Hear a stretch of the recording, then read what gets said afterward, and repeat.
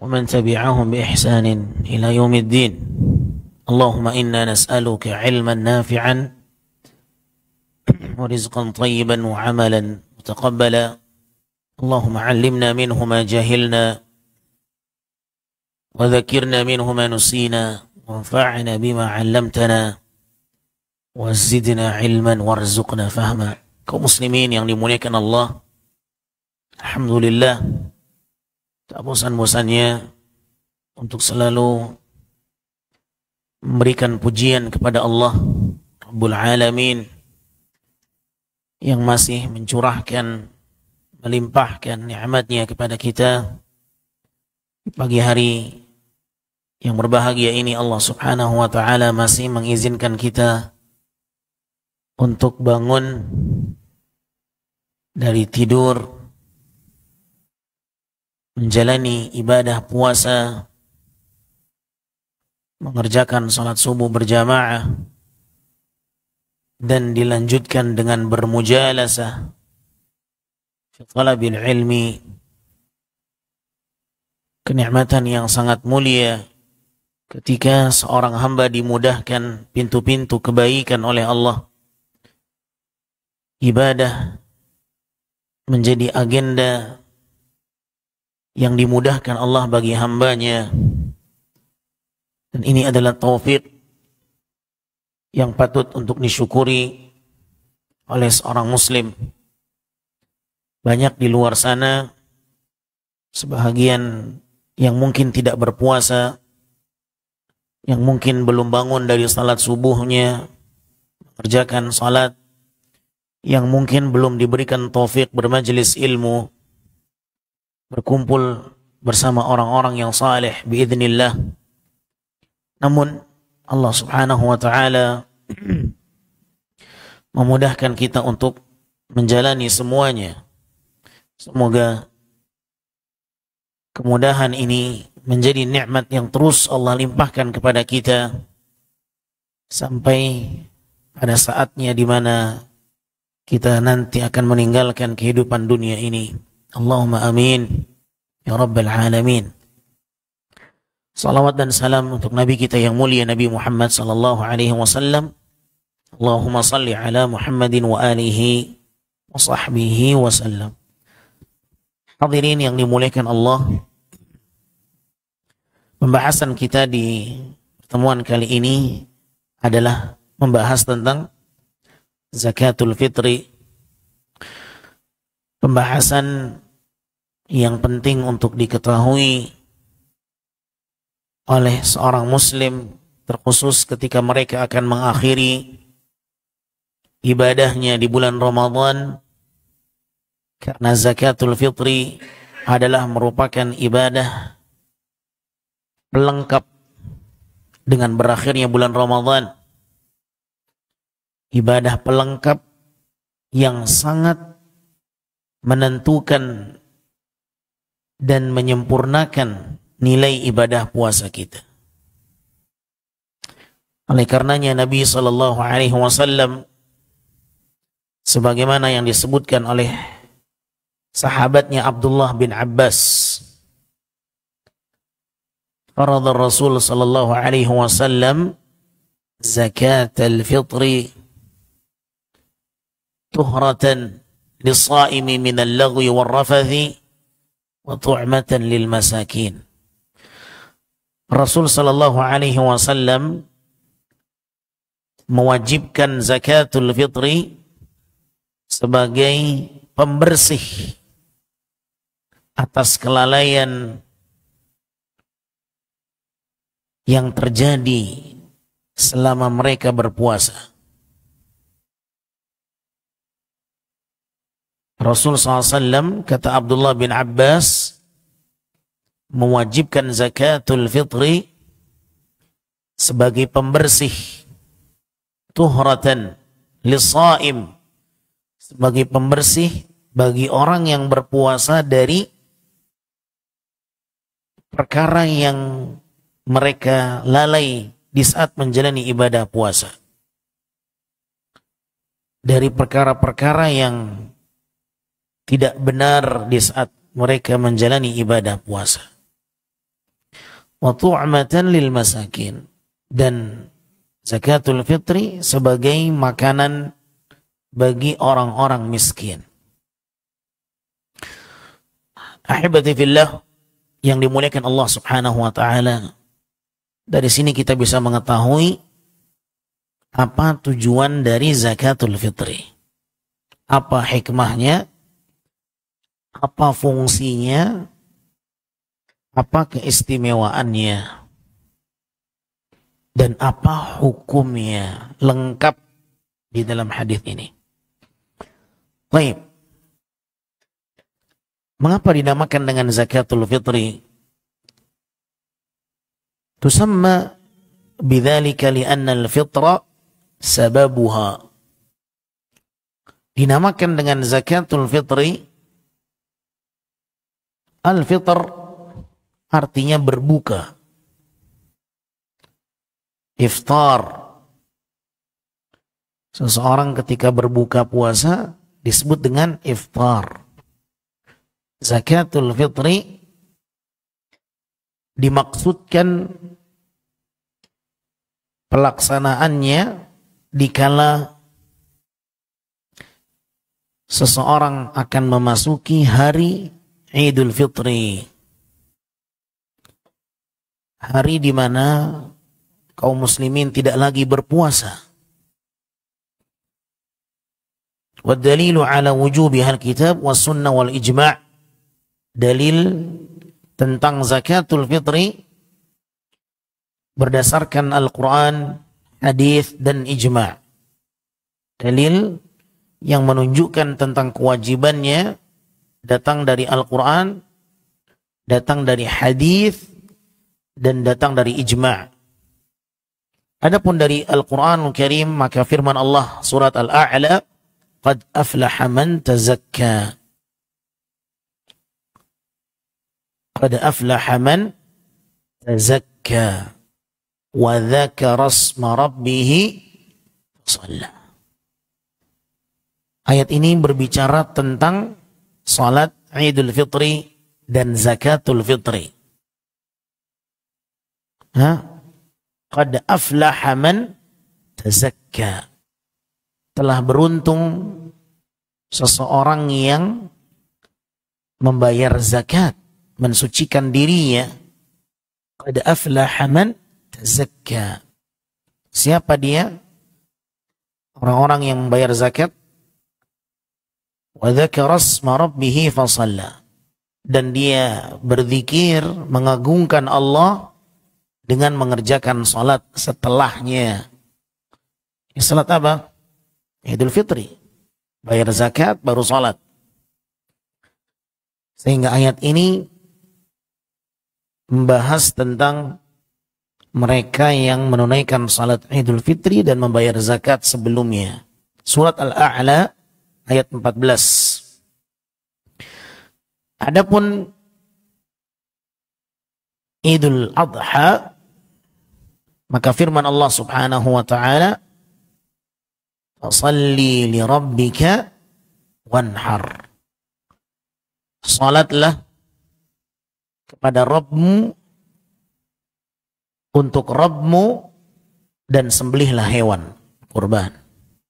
Nah, ini berbicara tentang Idul Adha. Tetapi surat Al-A'la ayat 14, 15 berbicara tentang rangkaian salat Idul Fitri diawali dengan zakat sebelumnya. Baik.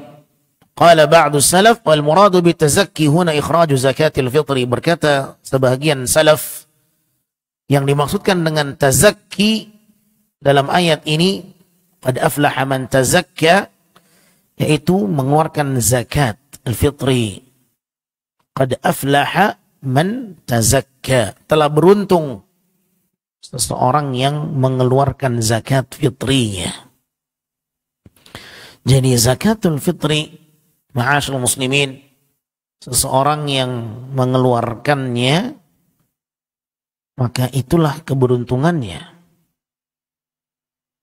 Maka hadis yang telah kita sampaikan di awal, bagaimana Abdullah bin Abbas menerangkan bahwa zakatul fitri yang diwajibkan tersebut oleh Nabi SAW fungsinya adalah untuk membersihkan. Tazkiyah. Zakat diambil dari kata tazkiyah, pensucian, pembersihan. Zakat, ya, diambil dari kata tazkiyah, pensucian, pembersihan. Qad aflaha man tazakka. Beruntunglah orang yang membayar zakat karena dia mensucikan dirinya. Nah, dan fungsi zakatul fitri sebagaimana disebutkan dalam hadis, tuhratan lis-shaim, pembersih bagi orang yang berpuasa dari segala bentuk kelalaian di saat menjalani ibadah puasa. Ketika kita berpuasa, ada enggak kelalaian yang kita lewati di saat berpuasa? Ada atau tidak? Mungkin ada maksiat juga. Ada kelalaian, ada waktu yang kita buang sia-sia. Mungkin kita buka internet, nonton ini, nonton itu, jalan sini, jalan sana, ngabuburit. Hal-hal yang melalaikan banyak ketika kita menjalani ibadah. Ngobrol, nonton, main game. Banyak kelalaian-kelalaian. Dan mungkin tak menutup kemungkinan maksiat. Maksiat dengan matanya, maksiat dengan pendengarannya, maksiat dengan tangannya, maksiat dengan perbuatannya, maksiat dengan langkah kakinya, dan lain sebagainya. Maka ada kekurangan dalam puasa kita dengan kelalaian-kelalaian itu. Maka disempurnakan dengan zakatul fitri. Jadi fungsi zakatul fitri menyempurnakan kekurangan yang terjadi di dalam ibadah puasa kita. Ibarat seseorang ujian, ya, ujian nilainya 60. Kemudian ditambah dengan tugas-tugas yang lain oleh gurunya. Ditambah tugas, tujuannya apa? Tugas ini akan menambah nilai ujiannya yang belum sempurna. Sehingga dari 60 bisa menjadi 100. Itulah zakatul fitri. Ya. Baik. Ma'asyal muslimin yang dimuliakan Allah. Di dalam hadis yang diriwayatkan oleh Imam Al-Bukhari dan Imam Muslim disebutkan farada Rasul sallallahu alaihi wasallam zakatul fitri sa'an min tamrin. Rasul SAW telah mewajibkan untuk mengeluarkan zakatul fitri dengan takaran 1 sa' kurma atau 1 sa' gandum atau sa'an min sya'ir ala al-'abdi wal hurri, bagi seorang budak atau orang yang merdeka, wadzakari wal untha, atau bagi laki-laki dan perempuan, wassaghiri wal kabir, dan juga harus dikeluarkan dari anak kecil dan orang yang sudah dewasa, minal muslimin, dari kalangan muslim. Zakatul fitri kewajiban yang harus dikeluarkan dari seorang budak atau orang yang merdeka, laki-laki maupun wanita, anak kecil maupun orang dewasa dari kalangan muslim. Dengan takaran 1 sa' kurma atau 1 sa' gandum. Hadis ini diriwayatkan Imam Al-Bukhari dan Imam Muslim dari sahabat Abdullah bin Umar. Abdullah bin Umar menyampaikan Nabi mewajibkan zakatul fitri. Harus dikeluarkan dengan takaran 1 sa'. 1 sa' 4 mud. Ya, 1 sa' itu takaran, ya, bukan timbangan. takaran. Satu sa' itu 4 ini. 4 mud. 1, 2,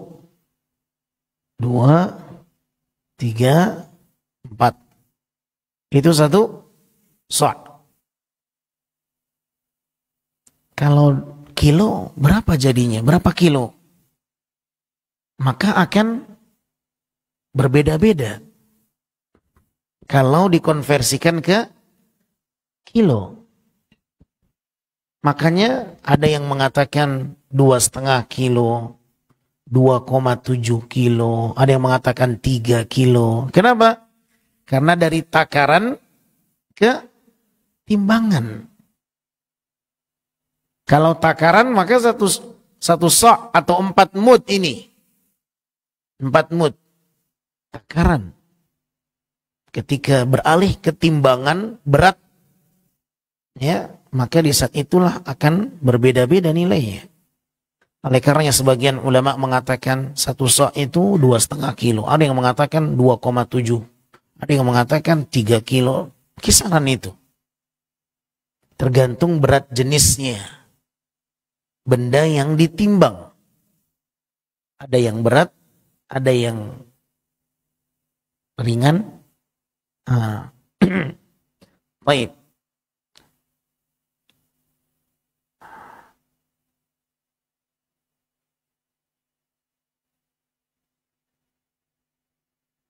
Ada yang mengatakan 3 kilo. Ada yang mengatakan 2,5 kilo. Ada yang mengatakan 2,75.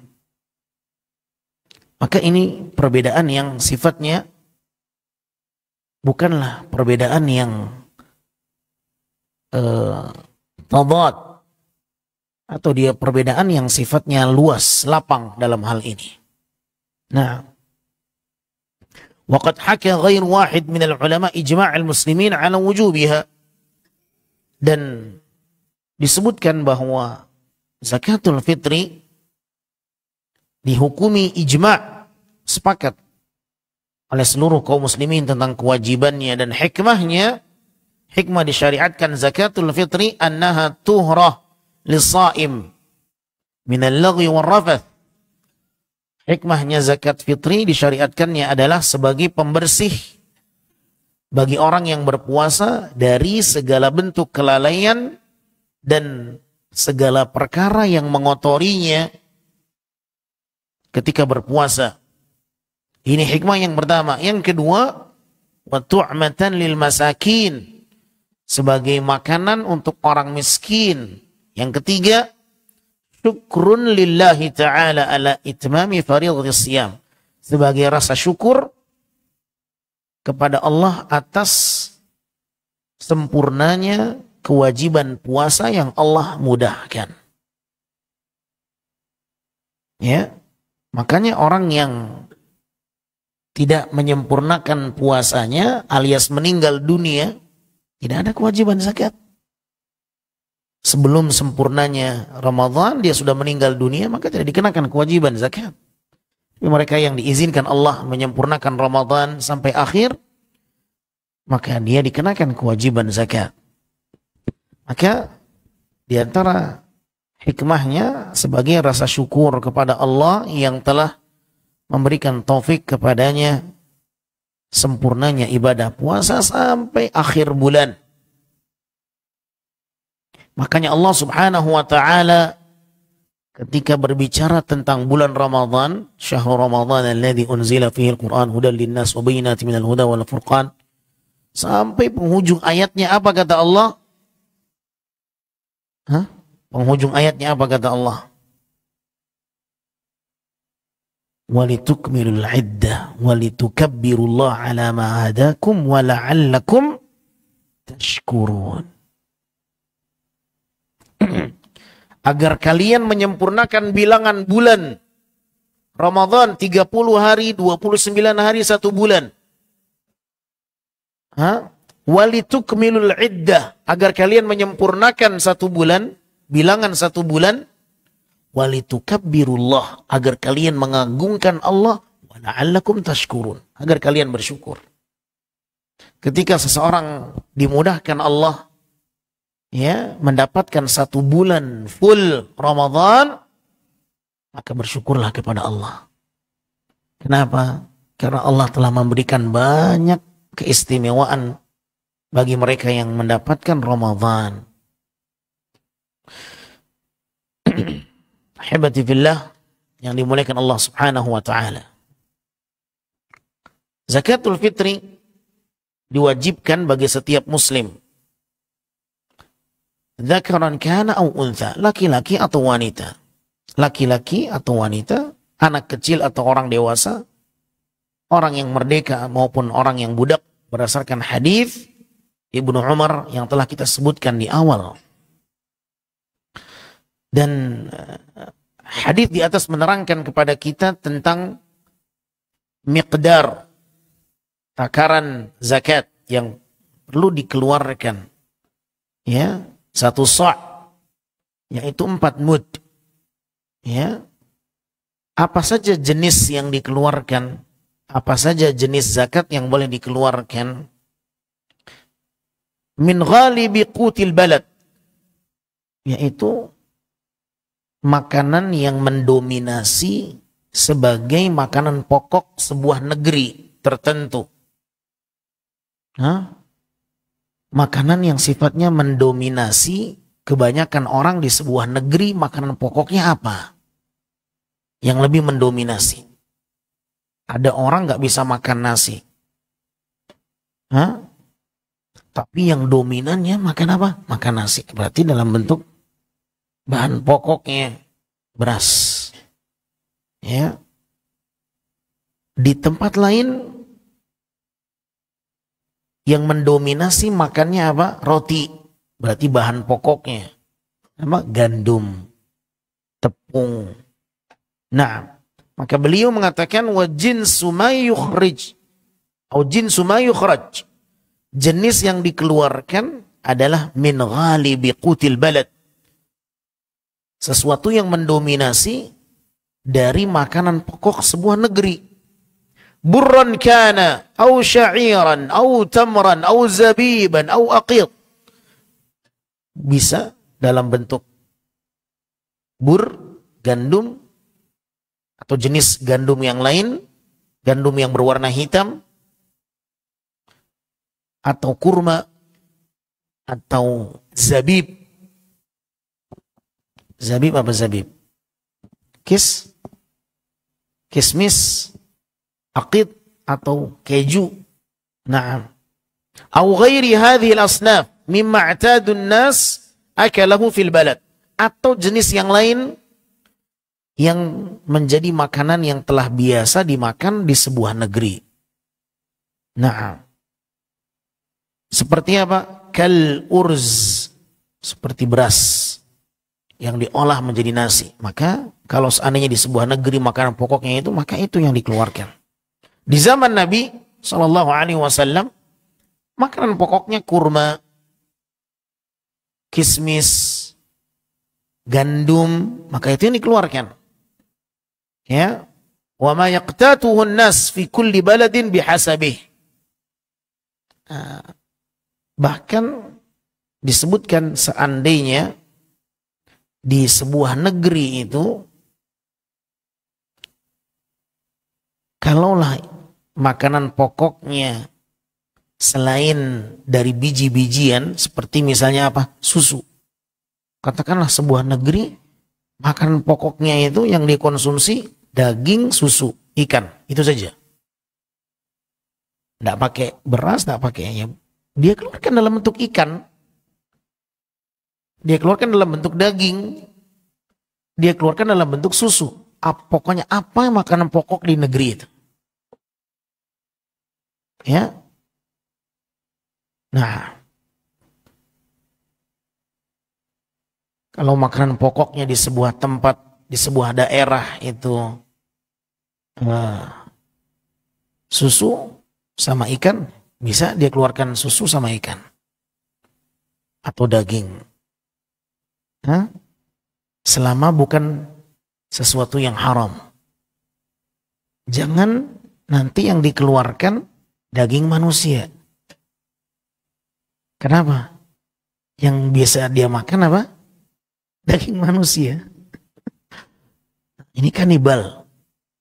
Nah, maka tidak dibenarkan. Haram hukum yang memakan daging manusia. Ya, baik. Nanti akan ada poinnya di sana. Baik. Jadi apa jenis yang bisa kita keluarkan? Ya, jenis makanan pokok di sebuah negeri itu apa? Nah, kalau di sebuah negeri makanan pokoknya jagung, jagung dikeluarkan boleh. Seseorang yang tidak memiliki bahan makanan kecuali bahan makanan tertentu itu yang dia keluarkan. Dia adalah juragan kurma, ya juragan kurma dia keluarkan kurmanya. Nah, atau dia seandainya dia mengetahui orang miskin yang akan dia berikan makanan itu, dia nggak bisa makan nasi. Ya, kalau seandainya kita tahu ada orang miskin, dia nggak bisa makan nasi. Dia bisanya makan kurma, keluarkan kurma. Bisa dipahami? Nah. Ada seorang miskin, tidak bisa dia makan nasi. Bisanya makan roti, keluarkan dalam bentuk roti. Kalau kita tahu itu makanan pokok dia. Karena ada orang-orang yang memang nggak makan nasi, alias mungkin dia sedang puasa nasi, nggak makan nasi. Bukan nggak bisa, tapi dia lagi diet puasa, makan nasi. Apa yang dia makan? Lauknya saja, keluarkan lauknya saja. Hah? Ada orang yang puasa makan nasi? Berarti apa yang dia makan? Makan lauknya saja. Keluarkan dalam bentuk lauk. Apa yang biasa dia makan? Tempe, ikan, tahu. Keluarkan dalam bentuk itu. Itu makanan pokok dia. Tidak masalah.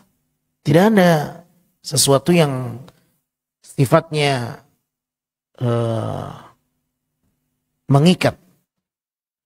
Akan tetapi apa yang menjadi makanan pokok yang sifatnya mendominasi dan memang itu yang dikonsumsi oleh orang-orang miskin. Nah,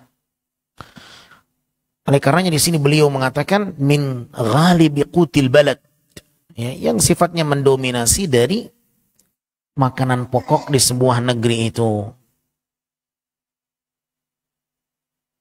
Kemudian berbicara tentang waktu. Berbicara tentang waktu kapan dikeluarkan zakatul fitri. Wa huwa annahu amara biha an tuadda qabla salatil Id. Nabi SAW mengajarkan untuk penyaluran zakat fitri hendaknya ditunaikan sebelum salat Id. فيبدأ وقت الإخراج الأفضل بغروب الشمس ليلة العيد. Waktu yang terbaik disalurkannya itu kapan? Yang afdal setelah matahari terbenam malam Id. Malam Id. Besok Id. Maghrib terbenam matahari diinfokan besok Syawal. Dengan terbenamnya matahari setelah itulah waktu disalurkan zakat. Itu waktu yang terbaik, afdal. Ya, waktu al-ikhraj al-afdal bi ghurubi syamsi lailatal Id, dengan terbenamnya matahari malam Id. Ini kitab yang saya bawa, kitab Al-Mulakhasul Fiqhi karangan Syekh Shalih Al-Fauzan hafizahullah ta'ala. Dan diperbolehkan penyalurannya beberapa hari sebelum Id. 1 hari atau 2 hari sebelum Id. Diperbolehkan penyaluran zakat sebelum Id 1 atau 2 hari. Berarti di hari keberapa?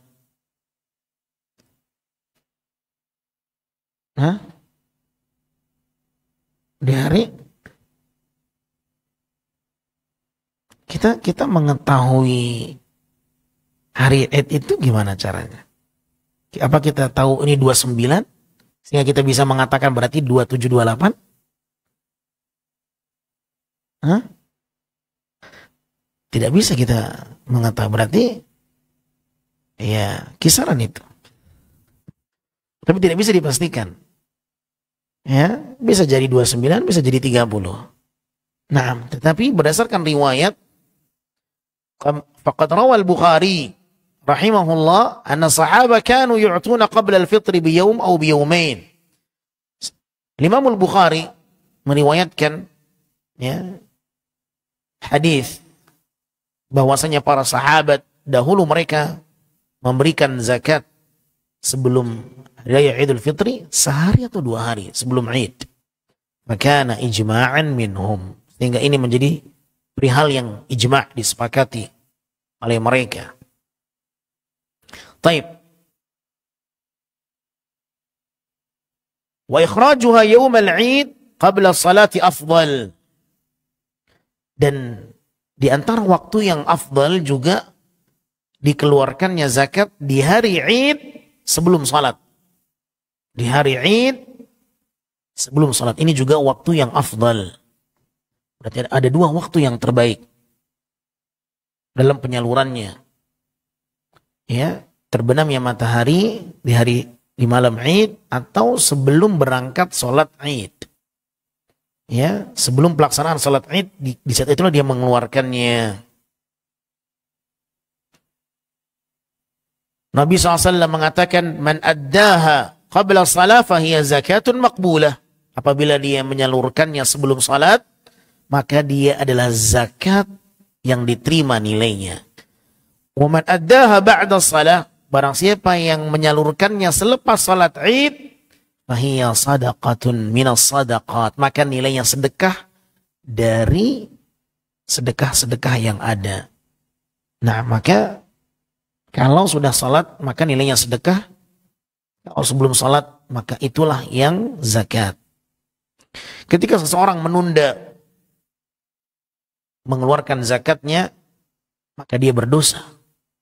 Wa yakunu athiman bita'khir ikhrajiha 'anil waqtil muhaddad li mukhalafatihi amra Rasul sallallahu alaihi wasallam. Kalau dia menunda, ya nanti saja, akhirnya keluar waktunya, maka dia berdosa karena dia telah menyelisihi waktu yang telah ditetapkan oleh Nabi sallallahu alaihi wasallam.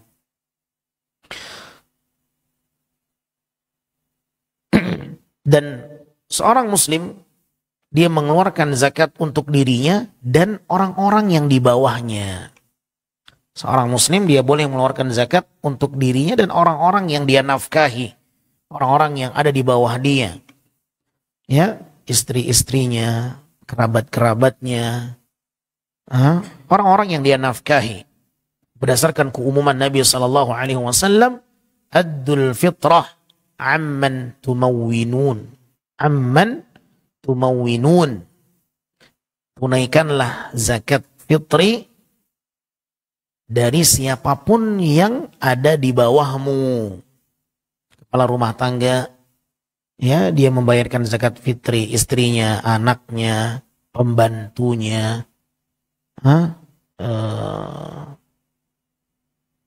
anak tirinya, siapapun yang dia nafkahi. Dan itu diperbolehkan. Baik. Janin. Apakah dikeluarkan zakatnya? Beliau mengatakan wa yustahabbu ikhrajuha 'anil hamal. Dianjurkan sifatnya, tapi tidak diwajibkan. Yustahabbu ikhrajuha 'anil hamal.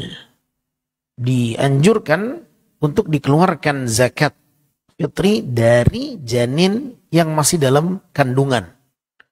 Li fi'li Uthman radhiyallahu anhu, sebagaimana yang diperbuat oleh Uthman radhiyallahu anhu. Wallahu a'lam bishawab. Ini terjadi khilaf di kalangan para ulama. Ada yang mengatakan wajib, Ada yang mengatakan sunnah, ada yang mengatakan tidak dianjurkan karena tidak ada contohnya dari Nabi SAW. Di zaman Nabi, ya, apakah tidak ada wanita yang sedang hamil? Nah, tentu ada. Ya, tetapi tidak disebutkan dalam riwayat. Sehingga sebagian ahlul ilmi mengatakan warajih, pendapat yang rajih tidak ada anjurannya. Ya, karena belum bisa dipastikan apakah dia itu nanti terlahir selamat atau tidak. Nah, belum dia terhitung. Belum terhitung. Sebagian ulama terhitung. Terhitung makhluk hidup. Kalau dia sudah berumur berapa? 120 hari dalam janin. Karena ditiupkan ruh. Nah, ini terjadi khilaf di kalangan para ulama. Maka di sini beliau mengatakan dianjurkan, bukan diwajibkan. Sifatnya anjuran saja. Karena dibilang makhluk hidup, dia belum terlahir ke dunia. Dibilang bukan orang yang hidup karena belum keluar, dia sudah ditiupkan ruh. Bergerak.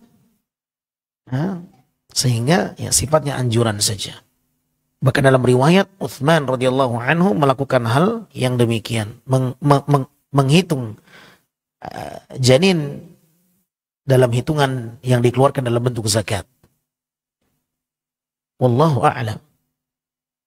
Baik. Kemudian Nabi mengatakan zakat fitri diberikan sebagai makanan untuk orang miskin. Sehingga yang harus dikeluarkan dalam bentuk makanan, bukan dalam bentuk uang. Ya. Sehingga yang harus dikeluarkan dalam bentuk makanan, bukan dalam bentuk mata uang. Berkata Imam Ahmad bin Hanbal, la yu'til qimah.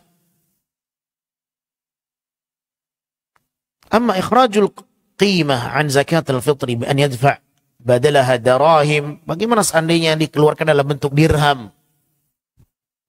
Maka itu adalah khilafus sunnah, menyelisih sunnah.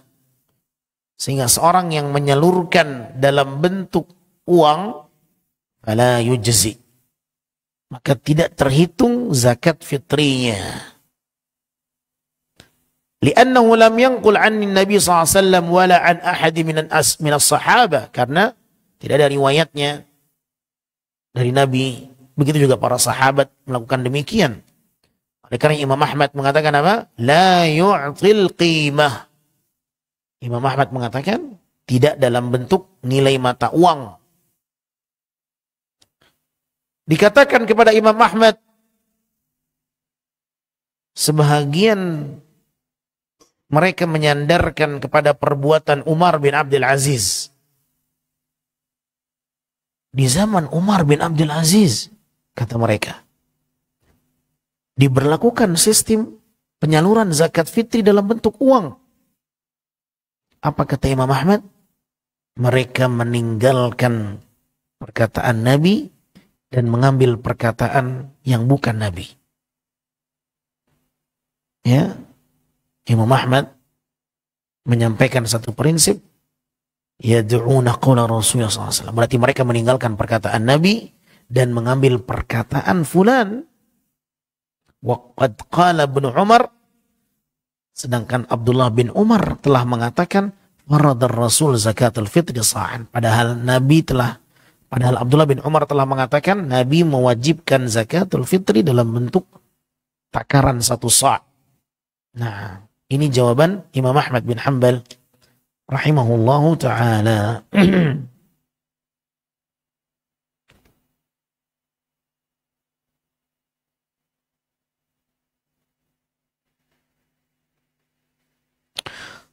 Di mana seseorang mengeluarkan zakat fitrinya? Di tempat tinggal dia. Diberikan untuk orang-orang yang ada di lingkungan dia. Nah, waliman wajaba alaihi ikhrajul fitrah an ghairihi an yukhrij fitrata dhalika al-ghair ma'a fitrati fil makan alladhi huwa fihi. hendaknya zakat fitri disalurkan kepada orang-orang yang tinggal di sekeliling dia. Dahulukan orang-orang yang dekat dengan dia, orang-orang miskin yang dekat dengan dia. Ya. Nah. Baik, definisi miskin. Siapa orang yang dikatakan miskin yang berhak menerima zakat? Telah kita sampaikan kemarin ya. Siapa orang yang dikatakan miskin? Yaitu orang yang yaitu orang yang tidak, orang yang apa? Lah, orang yang hanya bisa memenuhi setengah. Miskin adalah orang yang hanya bisa memenuhi setengah kebutuhan pokoknya saja. Itu miskin. Orang dikatakan miskin itu adalah orang yang hanya bisa memenuhi setengah kebutuhan pokoknya saja. Itu miskin. Dan ini poin yang paling rumit dalam penyaluran zakat. Ini poin yang paling rumit. Kenapa? Dia harus tahu berarti siapa yang berhak menerima itu. Miskin benar nggak dia statusnya. Jangan menurut persepsi saya dia miskin, ternyata tidak. Makanya dahulu di zaman Nabi SAW itu didata. Ini orang berapa pemasukannya, gajinya berapa. Sehingga diketahui berapa nanti akan dia keluarkan. Berhak atau tidak dia mendapatkan zakat. Ya. Tersusun, terdata rapih. Dan ini tugasnya amil zakat. Ini tugas mereka, orang yang mengelola zakat. Jadi amil zakat itu tugasnya bukan duduk di masjid nerima orang datang lah. Dia yang datang ke rumah, dia yang mengingatkan orang, engkau harus bayar zakat. Nanti dia pula yang menyalurkan. Dia pula yang nyimpan di Baitul Mal. Dia nyimpan gudang Baitul Mal. Dia yang nyimpan, dia yang jaga. Seperti Abu Hurairah. Abu Hurairah diamanahkan oleh Nabi untuk apa? Untuk menjaga gudang Baitul Mal. Ini amil zakat. Nanti berhak mendapatkan gaji dari situ. Amil. Ya, dari zakat mal, bukan dari zakat fitri. Zakat fitri hanya orang miskin yang berhak menerimanya. Beda antara zakat mal dengan zakat fitri. Makanya kata Ibnu Abbas apa? Wa tu'matan lil masakin. Sebagai makanan untuk orang miskin. Jadi zakat fitri yang berhak menerimanya adalah orang miskin. Ya, harus berstatus miskin. Kalau dia tidak miskin maka tak halal dia menerima zakat fitri. Sekarang banyak orang-orang yang nakal, ya, mengatasnamakan dirinya sebagai amil zakat. Di atas itu dia mengatakan saya berhak mendapatkan. Padahal dia orang yang bukan miskin. Dia orang yang berkecukupan. Kebutuhan pokoknya terpenuhi. Orang miskin itu adalah orang yang tidak bisa memenuhi kebutuhan pokoknya. Ya, contoh, dia punya kebutuhan pokok 1 juta. Sudah kita berikan satu gambaran kemarin ya. Misalnya kebutuhan pokok dia buat bayar kontrakan rumah 400.000. Buat bayar listrik 200.000. Buat biaya makan 400.000. Katakan 1 juta. 1 juta. Kebutuhan apa? Pokok. Di luar kebutuhan yang lain yang bukan pokok. Internet, jalan-jalan, refreshing, jajan. Nah, ini bukan kebutuhan pokok. Ya. Kebutuhan pokoknya 1 juta. Bayar listrik, token, kontrakan, makan 1 juta. Tetapi penghasilannya cuma 600.000. Berarti dia hanya mampu memenuhi setengah kebutuhan pokoknya saja. Kalau orang fakir lebih krisis kondisinya. Orang fakir dia tak bisa memenuhi setengah kebutuhan pokoknya. Contoh 1 juta kebutuhan pokok dia setiap bulan. Tapi penghasilannya cuma 400.000. Tidak sampai setengah terpenuhi kebutuhan pokoknya. Tidak sampai setengah dari kebutuhan pokoknya terpenuhi oleh dia. Ini fakir. Orang fakir itu lebih krisis kondisinya dibandingkan orang miskin. Ya. Baik. Maka orang miskin itu adalah orang yang tak bisa memenuhi kebutuhan pokoknya. Nah, ini tugas orang yang menyalurkan zakat. Jangan salah sasaran. Ya. Boleh jadi orang yang rumahnya gedung miskin dia. Kenapa? Dia baru dipecat. Baru dipecat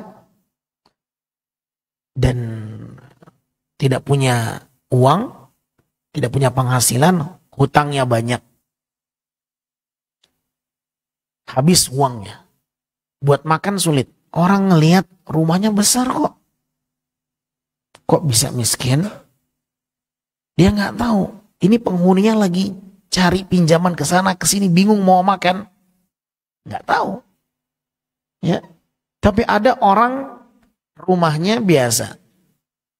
Tapi dia kaya. Kenapa? Kebutuhan pokoknya 1 juta, penghasilannya 2 juta. Bukan miskin dia. Ya kan? Terbayang rumitnya? Jadi upayakan dalam penyaluran zakat itu betul-betul hati-hati. Jangan salah sasaran. Betul-betul si miskin yang menerima itu. Dan boleh kita langsung menyalurkan kepada si miskin itu atau kita melalui perantara pengelola zakat yang amanah. Ya, kalau kita tahu dia tidak amanah, ya jangan dititipkan ke situ. Saya pernah lihat Ustadz, kita titipkan ke sana diambil sama amil zakat. Padahal dia itu orang kaya. Ya jangan titipkan di situ. Langsung saja Anda serahkan kepada orang miskin yang Anda tahu siapa orang miskin. Ya, tidak mesti harus lewat amil zakat. Wallahu a'lam bishawab. Baik.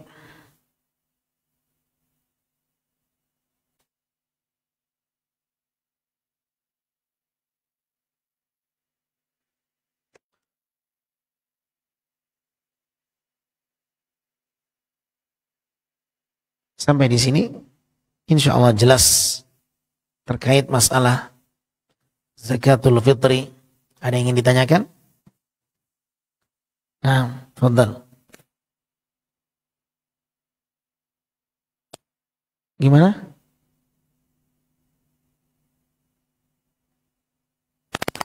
Terjadi silang pendapat di kalangan para ulama. Apakah orang miskin juga dikenakan kewajiban membayar zakat? Sebagian ulama mengatakan tetap dikenakan. Kenapa? Lihat, perhatikan riwayat Abdullah bin Abbas tadi. Apa fungsi zakat? Sebagai pembersih bagi orang yang berpuasa. Orang yang miskin itu berpuasa atau tidak? Berarti dikenakan juga. Akan tetapi kalau kita melihat dari illah, alasan yang lain, ternyata itu sebagai makanan buat orang miskin. Berarti dia dikenakan kewajiban atau tidak? Tidak dikenakan kewajiban. Kalau orang miskin dikenakan kewajiban, maka buat siapa itu nanti disalurkan? Bisa dipahami? Nah, sehingga pendapat yang lebih kuat, ya, kewajiban membayar zakat hanya untuk orang-orang yang memiliki kebutuhan yang terpenuhi. Al-Imam Al-Khattabi mengatakan orang miskin apabila di hari Id atau sebelum hari Id dia mendapatkan santunan yang banyak, maka dia juga wajib mengeluarkan di hari sebelum Id. Kalau ternyata dia memiliki harta yang berlimpah karena banyak orang yang menyantuni dia, sehingga kebutuhan pokoknya terpenuhi, ada dikenakan kewajiban zakat di kala itu. Maka dilihat kondisinya, dia itu sebelum Id statusnya miskin atau orang yang tercukupi kebutuhannya. Kalau tercukupi kebutuhannya, maka dia keluarkan zakat. Karena dia bukan miskin lagi statusnya. Ketika terpenuhi kebutuhan dia, maka dia bukan apa? Bukan miskin. Tetapi kalau dia belum terpenuhi kebutuhannya, maka dia miskin. Di hari ke-29, di hari ke-28 miskin dia. Tidak ada yang bisa dia makan. Nunggak. Biaya kontrakan belum bayar. Qadarullah, Allah takdirkan besoknya di hari ke-29 orang ngasihkan zakat mal ke dia. Zakat mal. Bahkan ada orang berikan zakat fitri ke dia. Sehingga dari zakat mal, dari zakat fitri, kebutuhan pokoknya untuk 2 bulan terpenuhi. Masya Allah. Maka dia wajib mengeluarkan zakat fitri. Di kala itu. Dan seorang muslim harus sportif dengan kondisinya masing-masing. Jangan ada orang ngantarkan zakat fitri ke dia, dia terima. Padahal dia bukan miskin. Dia bukan miskin. Ada orang nganter, Bu, ini ada zakat fitri buat ibu. Oh, alhamdulillah. Kalau dia orang yang berkecukupan, tidak boleh dia terima itu. Dia bukan orang miskin. Karena zakat fitri hanya untuk orang miskin. Maka dikhawatirkan dia memakan harta yang haram. Waliyadzubillah. Bisa difahami? Barakallahu fiikum. Nah, bentar. Masya Allah, sweet. Bentar, silakan. Nah.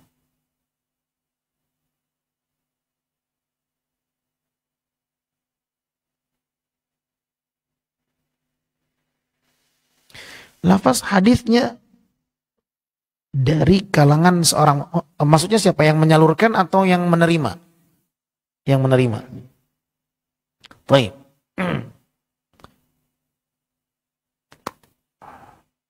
Allahu a'lam bishawab. Dia termasuk orang yang berhak menerima.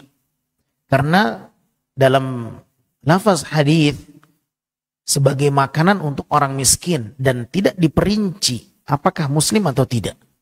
Tetapi untuk yang menyalurkan maka wajib dari seorang muslim. Tapi yang menerima lafaznya umum. Makanan untuk orang miskin. Berarti bisa juga yang non muslim menerimanya. Wallahu a'lam bishawab, akan tetapi tentunya lebih diprioritaskan orang miskin dari orang yang muslim.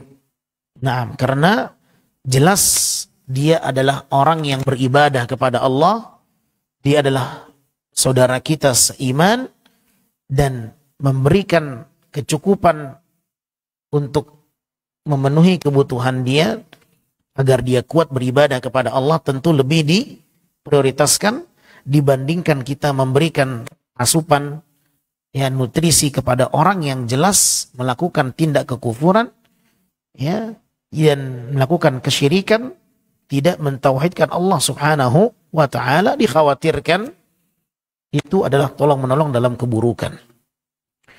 Tetapi kalau seandainya kita memberikan itu dengan harapan agar dia tertarik dengan Islam, maka diperbolehkan sebagaimana yang Allah firmankan dalam surat Al-Mumtahanah ayat ke-8, la yanhakumullah 'anil ladzina lam yuqatilukum fid din wa lam yukhrijukum min diyarikum an tabarruhum wa tuqsitu ilaihim innallaha yuhibbul muqsitin. Allah tak pernah melarang kalian untuk berbuat kebaikan dan berlaku adil kepada mereka yang tidak mengusirmu, yang tidak memerangimu dari negerimu. Dan Allah sangat menyukai sifat perlakuan adil. Oleh karenanya dari sini para ulama mengatakan bolehnya seseorang memberikan kepada orang kafir bantuan dan yang semacamnya. Kemudian juga daging hewan kurban diperbolehkan selama mereka tidak memerangi kita. Kekufuran mereka tidak sampai kepada tahap memerangi kita.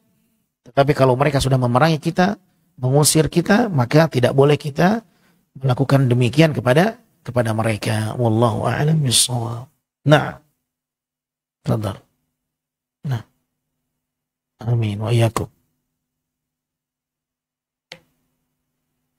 Nah,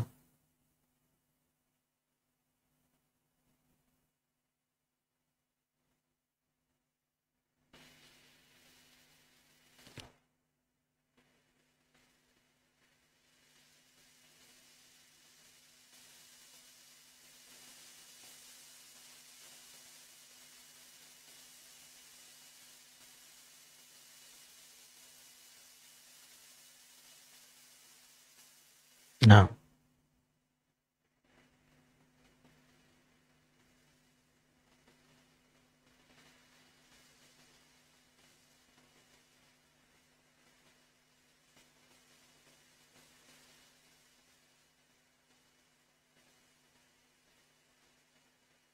Barakallahu fikum.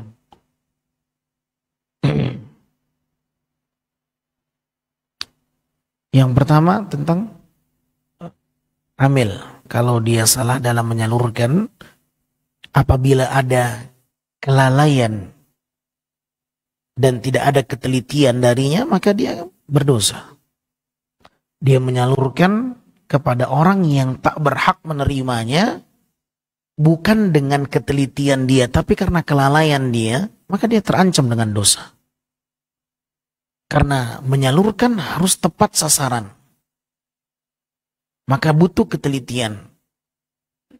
Kalau dia sudah berusaha untuk meneliti siapa yang berhak, siapa yang tidak dia pelajari, ya, dihitung, ditanya ke tetangga, ini dia bagaimana keseharian dia.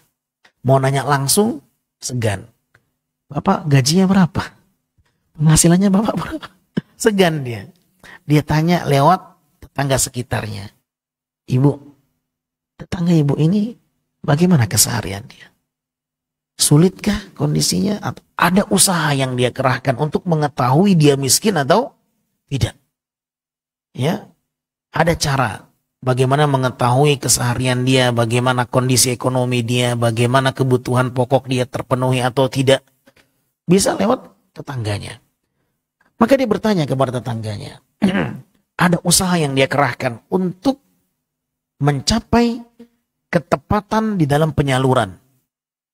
Maka kalau seandainya setelah dia berusaha ternyata masih salah, maka semoga Allah ampuni. Tetapi kalau tidak ada usaha yang dia kerahkan, ya, mau main cepat saja, ini namanya orang yang tidak serius menjalankan amanah. Dikhawatirkan dia akan bertanggung jawab di hadapan Allah Subhanahu wa ta'ala. Nah, ini jawabannya. Baik. Pertanyaan yang kedua. Orang yang terlilit hutang yang seperti apa yang bisa kita berikan kepada mereka zakat mal? Bukan zakat fitri. Kalau zakat fitri, orang miskin. Satu golongan saja. Penerima zakat fitri satu golongan saja. Miskin. Tu'matan lil masakin. Tapi kalau zakat mal, berapa golongan? 8. Innamas sadaqatu lil fuqara wal masakin wal amilina 'alaiha wal muallafati qulubuhum wa fir riqabi wal gharimin wa fi sabilillah wa ibnis sabil. Ini 8 golongan mustahik zakat mal. Menurut pendapat yang lebih sahih, yang rajih. Adapun zakat fitri maka yang berhak menerimanya hanya orang miskin. Baik, tapi kalau zakat mal, golongan yang ke-8 ini boleh menerimanya. Di antaranya disebutkan di situ al-gharimin, gharim. Gharim itu orang yang terlilit hutang, bukan yang mengelola masjid gharim. Ini tidak benar ya. Penamaan orang yang mengelola masjid gharim, kasihan sekali. Disebut orang yang punya hutang. Masya Allah.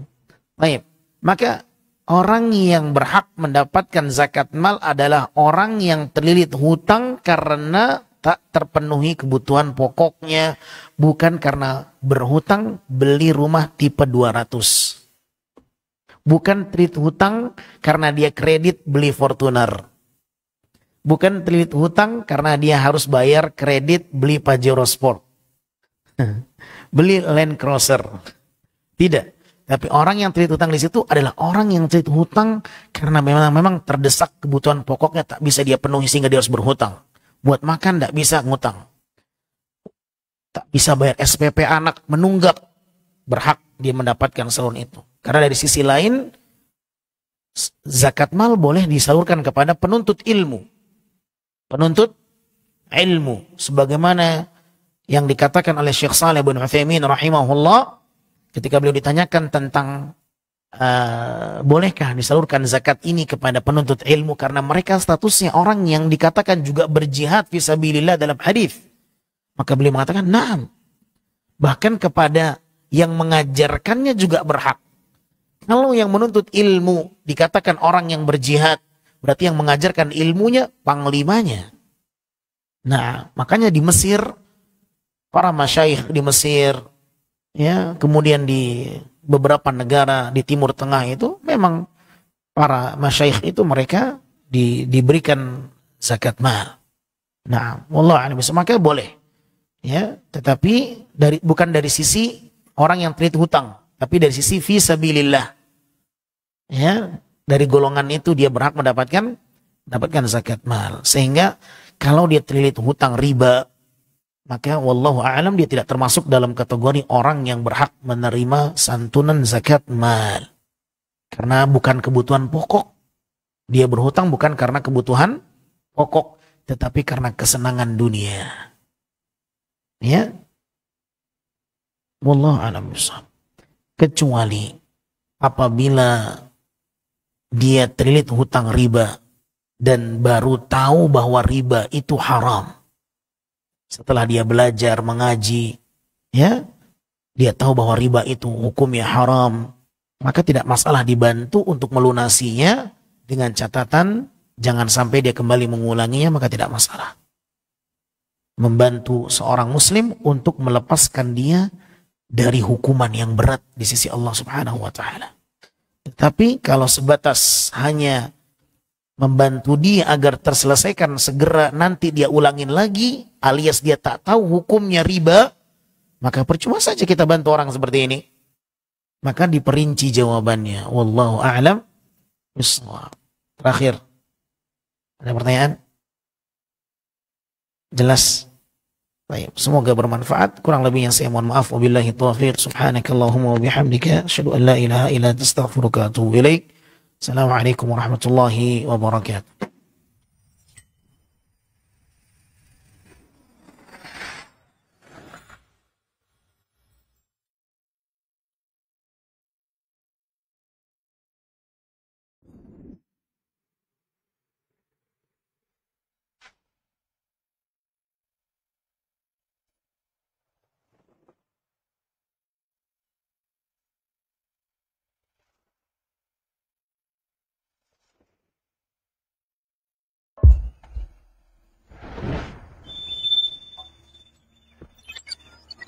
Assalamualaikum warahmatullahi wabarakatuh. Alhamdulillah, wassalatu wassalamu ala rasulillahi wa ba'd. Saudara-saudari kaum muslimin dan muslimat, saya Abu Zubair Hawari. Saat ini saya sedang berada di kawasan Markas Sunnah Nusantara. Di belakang saya nampak bangunan Masjid Al-Hijrah. Pertama kali saya kesini dahulu, bangunan ini belum nampak, masih basement saja. Alhamdulillah saat ini sudah tegak, lantai 1, 2 itu sudah nampak. Dan ini insya Allah akan menjadi salah satu sentral dakwah di Pekanbaru.